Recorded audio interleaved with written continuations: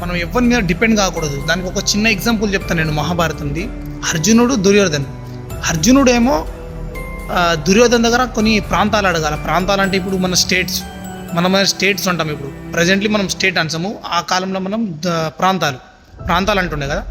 అయితే అర్జునుడు కృష్ణుడి మీద నమ్మకం పెట్టుకున్నాడు, వస్తాడు అని. కానీ కృష్ణుడు ఫస్టే చెప్పిండు, నేను రాను అర్జున, నేను రాను.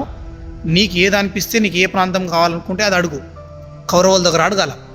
అయితే ఫస్టే చెప్పిండు కృష్ణుడు, నేను రానని. కానీ అర్జునుడు నమ్మకం ఒకటి, డిపెండ్ అయిండు కృష్ణుడి మీద. ప్రతి విషయం కృష్ణునితో మాట్లాడి చేస్తా అని ఆల్రెడీ కృష్ణుడు దాన్ని ఆ విషయంలో చెప్పిండు, నేను రాను, ఇది ఈ విషయంలో నువ్వే డిసైడ్ చేసుకో అని. అప్పటికే పాండవులు చెప్తా ఉన్నారు, అన్న అడుగు ఏదో ఒకటి. కానీ అర్జునుడు అప్పటి వరకు అడగలేడు, కౌరవుల దగ్గర నుంచి ఏం అడగలేడు, వాళ్ళకి ఏం ఇవ్వలేదు.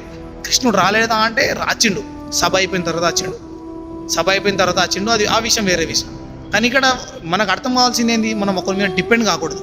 మనం ఒకరి మీద డిపెండ్ అయినామనుకో మన లైఫ్ నాశనం కూడా అవుతుంది, ఇంకా దానికి చెప్పడానికి ఏది ఉండదు.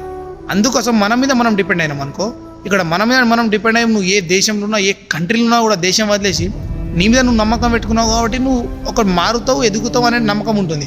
కానీ పక్కన మీద నువ్వు నమ్మకం పెట్టుకుని డిపెండ్ అయినావు అనుకో, ఇక్కడ నీ లైఫ్ రిస్క్లో పడుతుంది. ఎందుకంటే ఇక్కడ చిన్న ఎగ్జాంపుల్ మనకు, ఇది అర్థం చేసుకోవాలి.